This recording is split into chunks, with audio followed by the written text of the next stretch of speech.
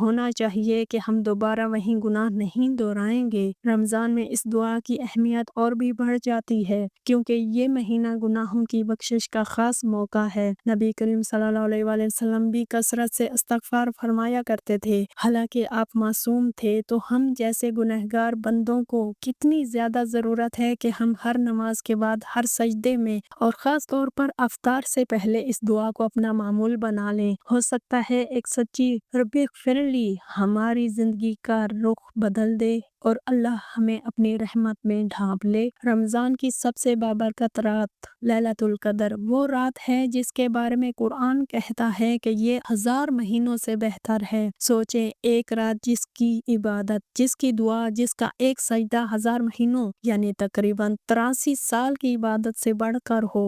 ایسی رات میں کون سی دعا مانگنی چاہیے؟ حضرت عائشہ رضی اللہ عنہا نے نبی کریم صلی اللہ علیہ وآلہ وسلم سے یہی سوال کیا تھا کہ اگر مجھے معلوم ہو جائے کہ یہ لیلۃ القدر ہے تو میں کیا دعا پڑھوں؟ تو آپ صلی اللہ علیہ وسلم نے فرمایا، اللہم انک عفو تحب العفو فاعف عنی۔ ام المؤمنین حضرت عائشہ رضی اللہ عنہا سے روایت ہے کہ انہوں نے عرض کیا، اللہ کے رسول، اگر مجھے شب قدر مل جائے تو کیا دعا کروں؟ آپ صلی اللہ علیہ وآلہ وسلم نے فرمایا، یہ دعا کرو، اللہم انک عفو تحب العفو فاعف عنی۔ اے اللہ، تو معاف کرنے والا ہے اور معافی و درگزر کو پسند کرتا ہے تو تو مجھ کو معاف فرما دے۔ یعنی اے اللہ، بے شک تو معاف کرنے والا ہے، معافی کو پسند کرتا ہے، پس مجھے معاف فرما دے۔ یہ دعا رمضان کی سب سے طاقتور دعا اس لیے ہے کیونکہ اس میں اللہ کی ایک خاص صفت عفوً کو پکارا گیا ہے۔ عفو صرف گناہ معاف کرنا نہیں بلکہ گناہوں کو مٹا دیتا ہے جیسے وہ کبھی تھے ہی نہیں۔ اس دعا میں ہم اللہ کی رحمت کو اس کی محبوب صفت کے ذریعے پکارتے ہیں اور اس سے اپنی مکمل بخشش مانگتے ہیں۔ یہ دعا صرف زبان کا ورد نہیں بلکہ دل کی گہرائی سے نکلنے والی فریاد ہونی چاہیے۔ لیلۃ القدر کی راتوں میں، خاص طور پر آخری عشرے کی تاک راتوں میں اس دعا کو کثرت سے پڑھیں، تنہائی میں، سجدے میں، آنسوؤں کے ساتھ اپنے ماضی کے ہر گناہ کو یاد کر کے اللہ سے معافی مانگے۔ ہو سکتا ہے یہی چند الفاظ آپ کی تقدیر بدل دیں، آپ کے گناہوں کا بوجھ ہلکا کر دیں اور آپ کو ایک نئی پاکیزہ زندگی کا آغاز عطا کر دیں۔ اس رات کی سب سے بڑی کامیابی یہی ہے کہ بندہ اللہ سے معاف ہو کر لوٹے۔ افطار کا لمحہ پورے دن کے صبر، بھوک اور پیاس کے بعد ایک خاص روحانی کیفیت لے کر آتا ہے۔ یہ صرف کھانے کا وقت نہیں بلکہ قبولیت دعا کا وقت بھی ہے۔ نبی کریم صلی اللہ علیہ وآلہ وسلم نے فرمایا کہ روزہ دار کی دعا افطار کے وقت رد نہیں کی جاتی، اس لیے ہمیں اس مبارک لمحے کو ضائع نہیں کرنا چاہیے۔ افطار کے وقت پڑھی جانے والی مسنون دعا ہے، اللہم لک صمت وعلی رزقک افطرت۔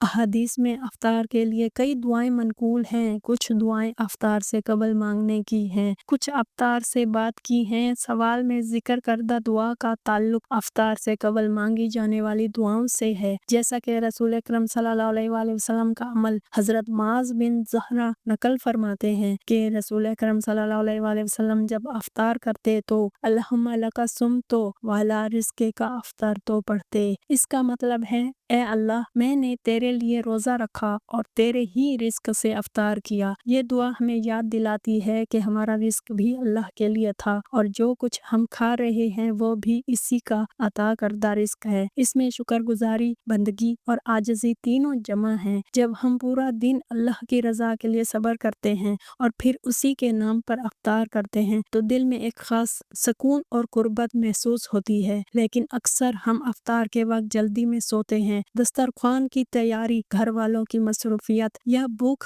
کی شدت ہمیں دعا سے غافل کر دیتی ہے۔ حالانکہ یہی وہ لمحہ ہے جب آسمان کے دروازے کھلے ہوتے ہیں۔ افطار سے چند منٹ پہلے اپنے ہاتھ اٹھائیں، دل کو حاضر کریں اور اس دعا کے ساتھ اپنی ذاتی حاجات بھی مانگیں۔ گناہوں کی معافی، رزق میں برکت، اولاد کی بھلائی، دل کا سکون، جو بھی مانگنا ہو مانگ لیں۔ پھر کھجور یا پانی سے افطار کرتے ہوئے یہ دعا پڑھیں اور محسوس کریں کہ آپ اللہ کے عطا کردہ رزق سے اپنی عبادت مکمل کر رہے ہیں۔ اگر ہم اس لمحے کی قدر کرنا سیکھ لیں تو ہر افطار ہمارے لیے قبولیت کا دروازہ دروازہ بن سکتا ہے۔ رزق صرف مال و دولت کا نام نہیں بلکہ سکون، برکت، قناعت اور دل کا اطمینان بھی رزق ہی کا حصہ ہے۔ بہت سے لوگ کماتے بہت ہیں لیکن برکت نہیں ہوتی، اور کچھ لوگ کم وسائل کے باوجود مطمئن اور خوش رہتے ہیں۔ اس لیے ہمیں صرف زیادہ رزق نہیں بلکہ حلال اور بابرکت رزق کی دعا مانگنی چاہیے۔ اس کے لیے نہایت جامع اور بابرکت دعا ہے: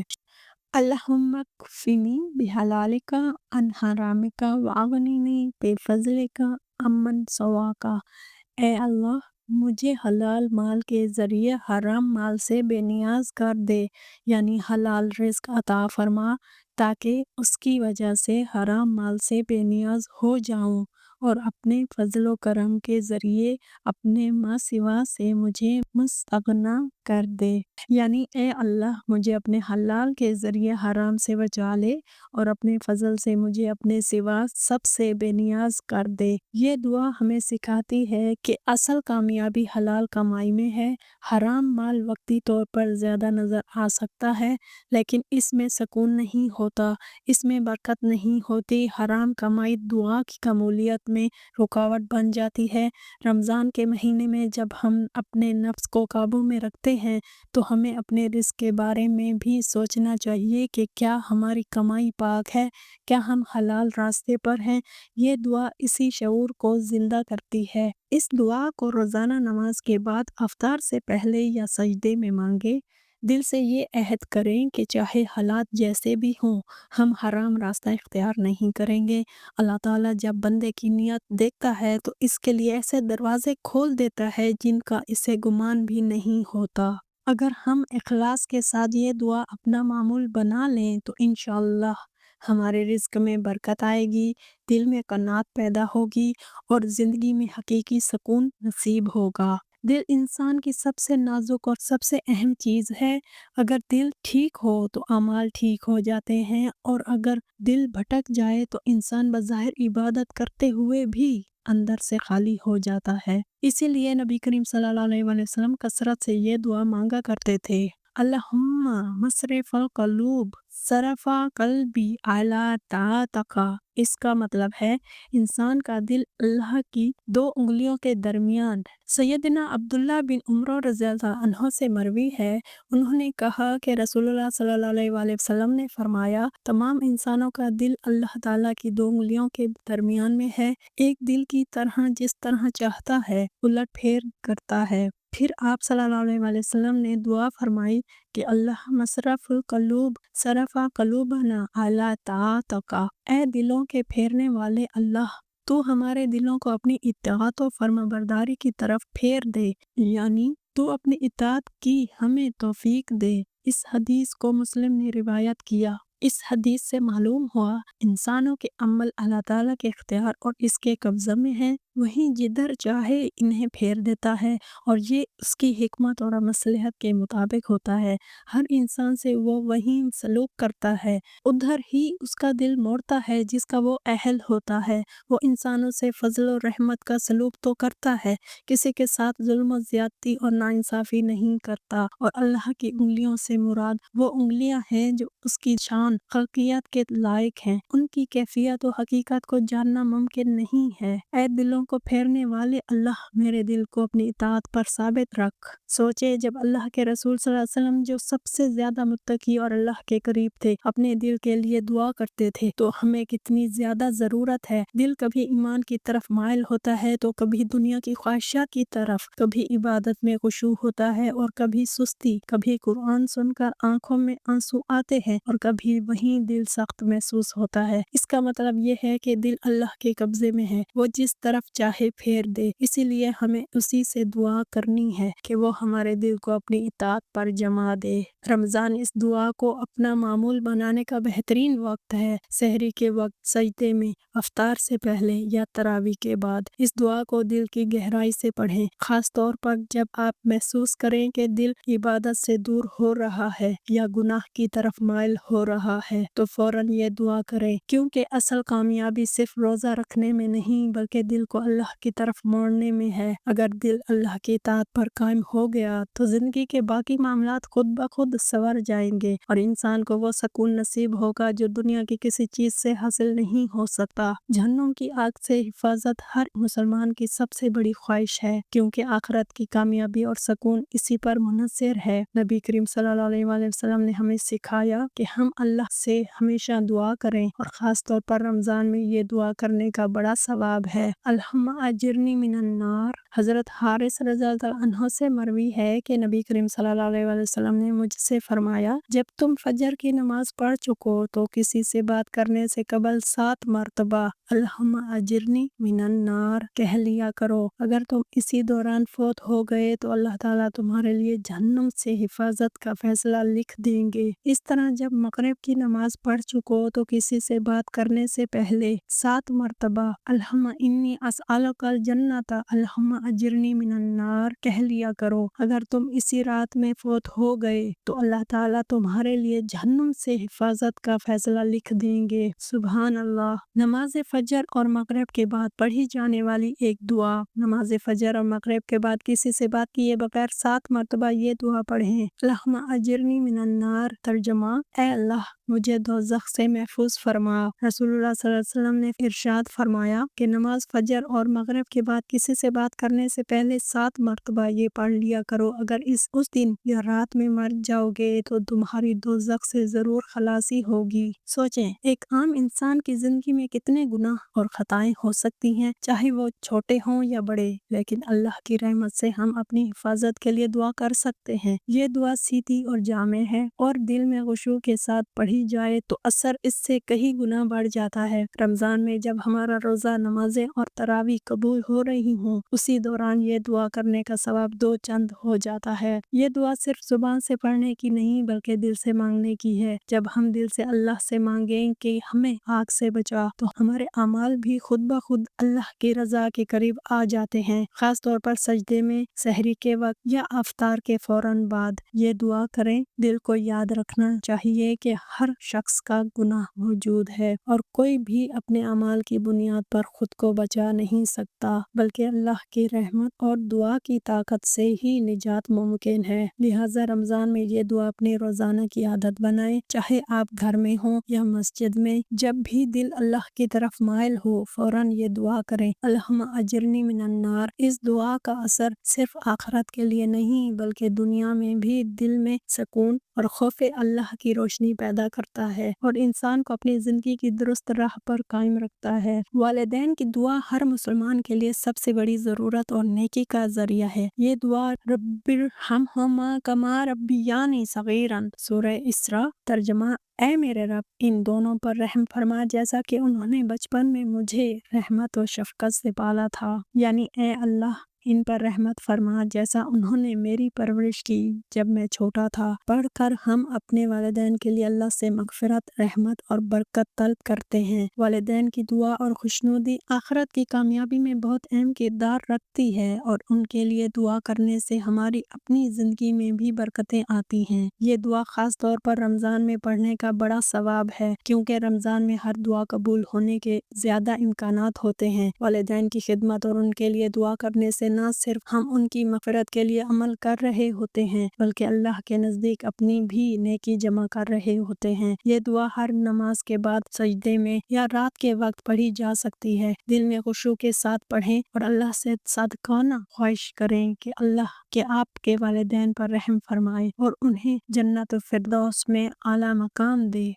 یہ دعا صرف زندہ والدین کے لیے نہیں بلکہ وفات پانے والے والدین کے لیے بھی پڑھی جا سکتی ہے، اور اس کا اثر ان کے درجات کو بلند کرتا ہے۔ والدین کے لیے دعا کرنے کا فائدہ یہ ہے کہ اللہ کی رحمت ان پر ہو اور ہمارا رشتہ ان کے ساتھ مضبوط اور خوشیوں بھرا رہے۔ اس دعا کے ساتھ ہم اپنے والدین کی خدمت اور احترام کو بھی ظاہر کرتے ہیں اور اللہ کی رضا حاصل کرتے ہیں۔ لہٰذا رمضان میں والدین کے لیے یہ دعا روزانہ اپنی عادت بنائیں۔ رب ارحمہما کما ربیانی صغیرا، دل کی گہرائی سے مانگیں کہ اللہ ان پر اپنی رحمت کرے، ان کے گناہ معاف فرمائے اور ہمیں بھی ان کے صدقے میں نیکی عطا فرمائے۔ یہ دعا والدین کی خوشنودی اور آخرت کی کامیابی کا سب سے بڑا ذریعہ ہے۔ ہدایت کی دعا ہر مسلمان کی زندگی میں سب سے اہم ہے، کیونکہ یہ دعا ہمیں اللہ کی رہنمائی اور سیدھے راستے پر قائم رہنے کی توفیق دیتی ہے۔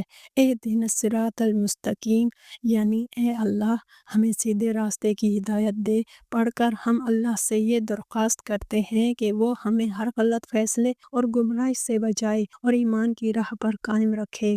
یہ دعا روزانہ زندگی میں ہر نماز کے بعد سجدے میں یا صبح شام پڑھنے کی بڑی اہمیت رکھتی ہے۔ رمضان کے مقدس مہینے میں اسے پڑھنے کا ثواب کئی گنا بڑھ جاتا ہے، کیونکہ اس مہینے میں دعا زیادہ قبول ہوتی ہے۔ اللہ سے ہدایت طلب کرنا صرف نئی زندگی کی رہنمائی کے لیے نہیں، بلکہ ہر روز کے فیصلوں، اخلاق اور عمل کی درست سمت کے لیے بھی ضروری ہے۔ ہدایت کی دعا پڑھنے سے دل میں سکون اور ایمان کی طاقت پیدا ہوتی ہے اور ہم نیکی کے راستے پر چلنے میں ثابت قدم رہتے ہیں۔ یہ دعا ہمیں فتنوں، وسوسوں اور شیطانی چالوں سے بچانے کی بھی ضمانت ہے۔ جب ہم دل سے یہ دعا مانگتے ہیں تو اللہ کی رہنمائی ہمارے ہر عمل میں شامل ہو جاتی ہے اور ہمیں ہر کام میں آسانی عطا ہوتی ہے۔ یہ دعا خاص طور پر نماز تراویح، روزہ اور دیگر عبادات کے دوران بھی پڑھی جا سکتی ہے، تاکہ اللہ کی ہدایت اور قربت حاصل ہو۔ اسے دل کی گہرائی سے مانگیں اور یقین رکھیں کہ اللہ اپنے بندے کی ہدایت کے لیے ہر ممکن سہولت فراہم کرتا ہے۔ رمضان میں یہ دعا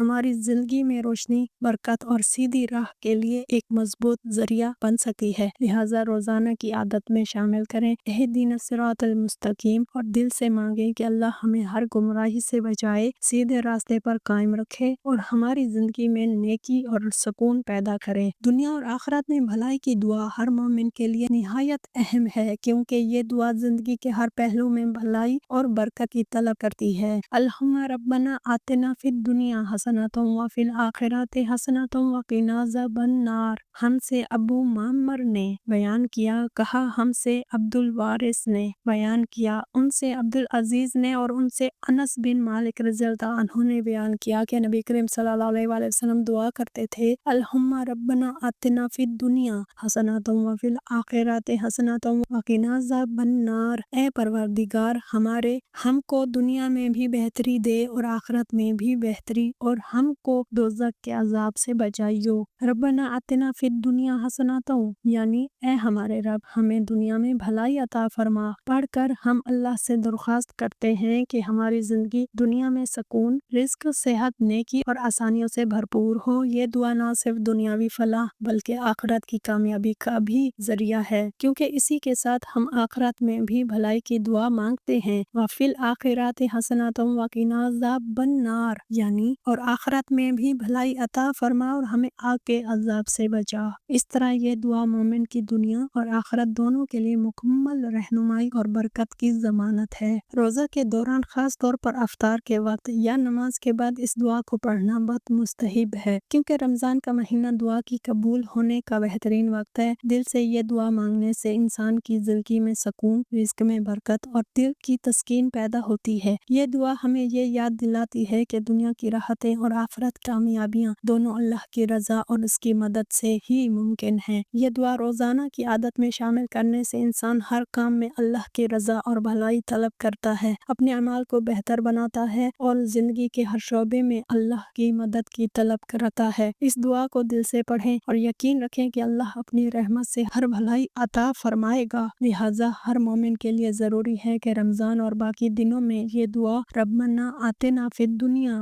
حسنۃ دل سے پڑھے اور دنیا اور آخرت میں بھلائی کی طلب کرے۔ یہ دعا رمضان کی آمد، روزے اور قیام کے لیے جامع اور مکمل دعا ہے۔ اللہم بلغنا رمضان وانا اعلی صیام و قیام، یعنی اے اللہ ہمیں رمضان تک پہنچا دے اور اس کے روزے رکھنے اور قیام کرنے کی توفیق عطا فرما۔ یہ دعا ہر مومن کے لیے نہایت اہم ہے، کیونکہ رمضان کا مہینہ روحانی صفائی، قرب الہی اور عبادت کا وقت ہے، اور یہ دعا انسان سے اللہ کی مدد طلب کرتی ہے کہ وہ اس مہینے مہینے کی عبادات کو پورے اخلاص اور توانائی کے ساتھ ادا کر سکے۔ یہ دعا ہمیں یاد دلاتی ہے کہ رمضان صرف روزے رکھنے کا نام نہیں بلکہ دل کی اصلاح، نیکیوں میں اضافہ اور اللہ کے قریب ہونے کا موقع ہے۔ اس دعا کے ذریعے مومن اللہ سے درخواست کرتا ہے کہ وہ رمضان میں روزہ رکھنے، تراویح پڑھنے، قرآن کی تلاوت کرنے اور دل کی صفائی کرنے کی توفیق دے۔ یہ دعا انسان کے اندر ایک عزم پیدا کرتی ہے کہ رمضان کی عبادات میں سچائی اور استقامت پیدا ہو۔ اس دعا کو رمضان شروع ہونے سے پہلے یا رمضان کے دنوں میں نماز کے بعد یا سحر کے وقت پڑھنا بہت فضیلت رکھتا ہے۔ دل سے مانگنے سے انسان کے اعمال میں برکت آتی ہے اور اللہ کی رضا اور عنایت کے ساتھ عبادات قبول ہوتی ہیں۔ یہ دعا مومن کو ہر نیکی کرنے کی توفیق دیتی ہے اور گناہوں سے بچنے کی ہمت عطا کرتی ہے۔ لہٰذا ہر مسلمان کو چاہیے کہ یہ دعا روزانہ دل سے پڑھے، خاص طور پر رمضان کے دنوں میں، تاکہ اللہ کی مدد سے روزہ اور قیام کے ساتھ ساتھ روحانی ترقی حاصل ہو اور یہ مہینہ اللہ کی رضا اور رحمت کا ذریعہ بنے۔ یہ دعا مومن کی زندگی میں رمضان کی برکت اور روحانی سکون لانے کا سب سے جامع اور مکمل ذریعہ ہے۔ ہمیں امید ہے کہ آپ نے آج کی ویڈیو میں رمضان کی یہ 10 طاقتور دعائیں اچھی طرح یاد کی ہوں گی اور آپ انہیں روزانہ اپنی عبادات میں شامل کریں گے۔ یاد رکھیں، دعائیں صرف زبان سے نہیں بلکہ دل سے ہونی چاہیے تاکہ اللہ تعالیٰ ان کو قبول فرمائے اور ہمارے روزے، قیام اور عبادات میں برکت دے۔ رمضان کا مہینہ ایک ایسا موقع ہے جو ہر مسلمان کے لیے رحمت، مغفرت اور قرب الہی حاصل کرنے کا زبردست وقت ہے۔ ان دعاؤں کو پڑھ کر نہ صرف ہم اپنے گناہوں کی معافی طلب کرتے ہیں بلکہ دل کی سکونت، رزق میں برکت، والدین کے لیے دعا، ہدایت اور دنیا و آخرت کی بھلائی کے لیے اللہ سے رجوع کرتے ہیں۔ اگر آپ کو ویڈیو پسند آئی ہو تو لائک کریں، کامنٹس میں بتائیں کہ آپ کس دعا کو سب سے زیادہ دل سے پڑھتے ہیں اور چینل کو سبسکرائب کرنا نہ بھولیں تاکہ مزید اسلامی معلومات اور رمضان کی اہم دعاؤں کے بارے میں ویڈیوز آپ تک پہنچ سکے۔ یا اللہ ہمیں رمضان کا اصل مقصد تک پہنچا، ہمارے روزے اور قیام کو قبول فرما، ہمارے دلوں کو اپنی محبت سے بھر دے اور ہمیں ہر نیکی کی توفیق عطا فرما۔ آمین ثم آمین یا رب العالمین۔ جزاک اللہ خیرہ۔ اللہ حافظ۔